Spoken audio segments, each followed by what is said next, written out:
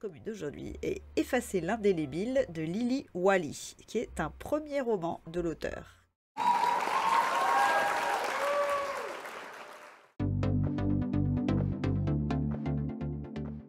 Attendez, vous ne m'avez pas dit votre nom. Vitalia. Vie pour les amis, Talia pour la famille, Vita est interdit. Je voulais choisir ce que vous préférez. Partie depuis 5 ans sans prévenir, Vita revient au Vigan pour renouer. Renouer avec sa famille, renouer avec ses amis et lui. Pourquoi est-elle partie? Que lui est-il arrivé pendant son périple? Elle a changé, elle est bien décidée à le prouver. C'est le moment que choisit Pierre pour entrer dans sa vie. Pierre, son humour, sa gentillesse, son écoute et ses 75 ans. Vitalia s'attendait à tout en rentrant chez elle, mais pas à l'amitié bouleversante qui allait se tisser entre eux.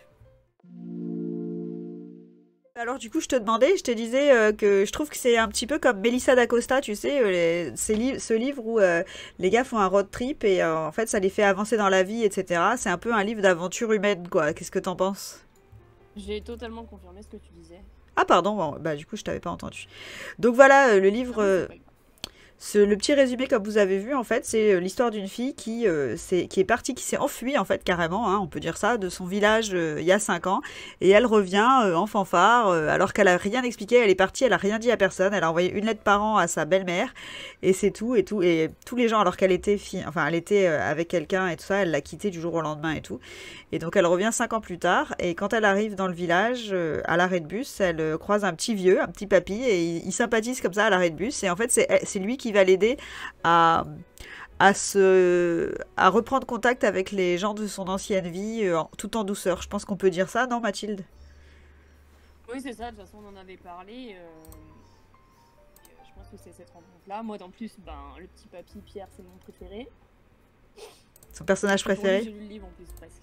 Ah ouais, c'est vrai qu'il y a une dimension super sympa avec cette rencontre avec ce petit papy, parce que si c'était seulement l'histoire de la fille qui est partie il y a 5 ans, qui revient, et on comprend pourquoi elle est partie, et elle se reconstruit petit à petit et tout ça, ça serait moins intéressant, c'est vrai, qu'avec la rencontre avec le papy qui fait que ça l'aide en fait à avancer tranquillement, un peu plus doucement, un peu plus en douceur, ouais, dans sa démarche de retour dans la vie de son ancienne famille et tout ça.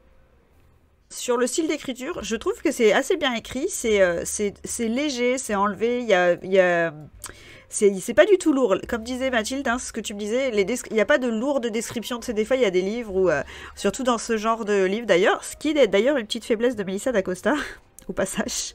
C'est-à-dire que dans son livre est génial, mais des fois, il y a des descriptions de paysages qui durent, mais 5 pages pour décrire le panorama, ça, je trouve que c'est un petit peu chaud.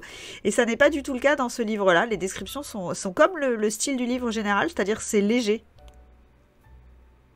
Des forces de ce récit, en fait, c'est que finalement, il aborde des sujets vachement profonds, puisque c'est quand même la reconstruction vraiment en profondeur d'une personne qui a été traumatisée, mais d'une façon très légère, puisque les descriptions sont légères, les dialogues ne sont jamais lourds, c'est que des petites scènes du quotidien qui font que tu avances à petits pas dans la vie et dans la reconstruction de la personne, ce qui fait que c'est jamais pesant.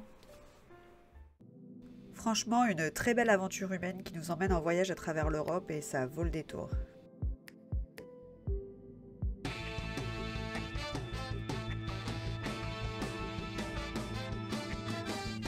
Je vous rappelle que les retours lecture, c'est tous les lundis sur ma chaîne Twitch et vous pouvez me suivre sur tous les réseaux sociaux pour connaître aussi mes nouvelles sorties littéraires. A plus!